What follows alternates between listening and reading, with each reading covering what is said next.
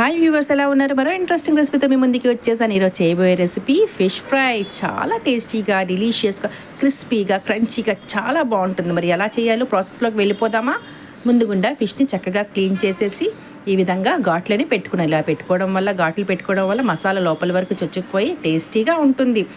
ఇప్పుడు ఇందులో కొద్దిగా పసుపు, కారం, టేస్ట్ సరిపోయినంత సాల్ట్, గరం మసాలా, ఒక స్పూన్ కార్న్ఫ్లోర్ పౌడర్ వేసుకోవాలి. తర్వాత కొద్దిగా ఫుడ్ కలర్ వేసుకున్నాను. మీకు ఇష్టం ఉంటే వేసుకోవచ్చు, లేకపోతే అవాయిడ్ చేసుకోవచ్చు.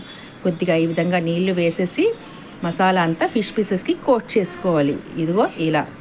ఇప్పుడు గ్యాస్ వెలిగించి ప్యాన్ పెట్టుకొని ఆయిల్ వేసుకొని, ఆయిల్ హీట్ అయ్యాక ఒక్కొక్క పీస్ని జాగ్రత్తగా వేసుకోవాలి. ఇలా వేసి 10 నిమిషాలు మూత పెట్టాలి. గ్యాస్ ఫ్లేమ్ని సిమ్లో పెట్టి. ఇలా 10 నిమిషాల తర్వాత ఇదిగోండి ఈ విధంగా ఉంది. ఇప్పుడు ఒక్కొక్కటి జాగ్రత్తగా టర్న్ చేసుకోవాలి. ఇలా జాగ్రత్తగా చేయకపోతే ఫిష్ పీసెస్ అనేవి చెదిరిపోతాయి. అందుకే జాగ్రత్తగా ఇలా చేసుకోవాలి. ఇదిగోండి ఈ విధంగా. ఇప్పుడు కరివేపాకు కొద్దిగా వేసి ఒక 10 నిమిషాలు రోస్ట్ చేసుకోవాలి. ఇదిగోండి ఫిష్ ఫ్రై రెడీ అయిపోయింది.